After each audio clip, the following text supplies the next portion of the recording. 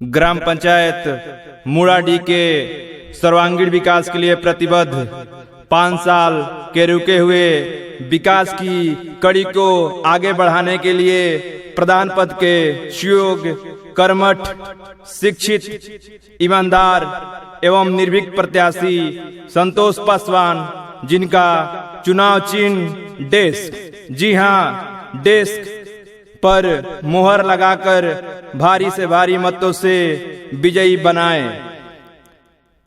हर किसान भाइयों का चुनाव चिन्ह डेस्क, हर माता बहनों का चुनाव चिन्ह डेस्क, हर चाचा चाची का चुनाव चिन्ह डेस्क, हर युवाओं का चुनाव चिन्ह डेस्क, हर मजदूर भाइयों का चुनाव चिन्ह डेस्क, ग्राम पंचायत मुड़ाडी के समस्त जनता का चुनाव चिन्ह डेस्क, संतोष पासवान का चुनाव चिन्ह डेस्क पर मुहर लगाकर भारी से भारी मतों से विजयी बनाए।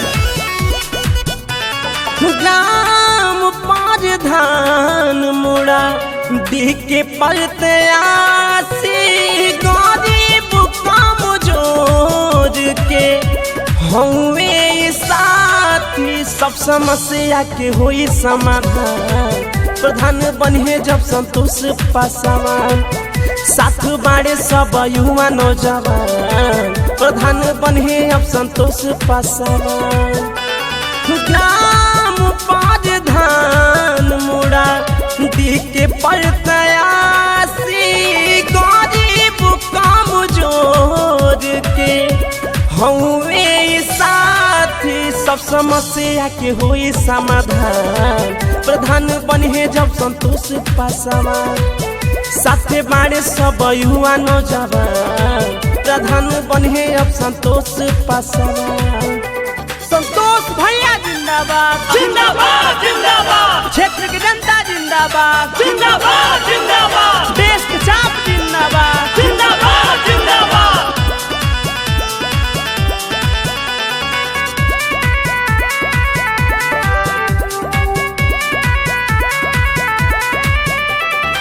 ए चाचा आई, ए भैया आई, देश को मुहर लगाई जी। अपना बेटा के, अपना भाई के अब की विजयी बनाई जी। ए चाचा आई, ए भैया आई, देश को मुहर लगाई जी। अपना बेटा के, अपना भाई के अब की विजयी बनाई जी।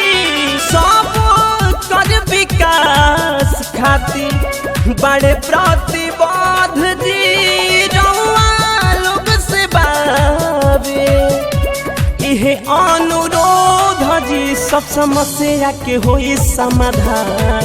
प्रधान बने जब संतोष पासवान, साथे बाड़े सब युवा नौजवान। प्रधान बने अब संतोष पासवान। हर मजदूर भाइयों का चुनाव चिन्ह डेस्क, ग्राम पंचायत मुड़ाडी के समस्त जनता का चुनाव चिन्ह डेस्क, संतोष पासवान का चुनाव चिन्ह डेस्क पर मुहर लगाकर भारी से भारी मतों से विजयी बनाए। कदिले वादा निमनी राधा, विजय तिलक लगाई जी। सबके चहेता हमें सभी कहता, इनके गले से लगाई जी। कदिले वादा निमनी राधा, विजय तिलक लगाई जी। सबके चहेता हमें सभी कहता, इनके गले से लगाई जी। दे दी आशीर्वाद कहीं दोनों हाथ जोड़ के, कोयले बाड़े वादा जवन जई है न तोड़ के, सब समस्या के होई समाधान। प्रधान बने जब संतोष पासवान, साथ बाड़े सब युवा नौजवान। प्रधान बने अब संतोष पासवान। रिकॉर्डिंग बाय सुर संगीत स्टूडियो रामगढ़।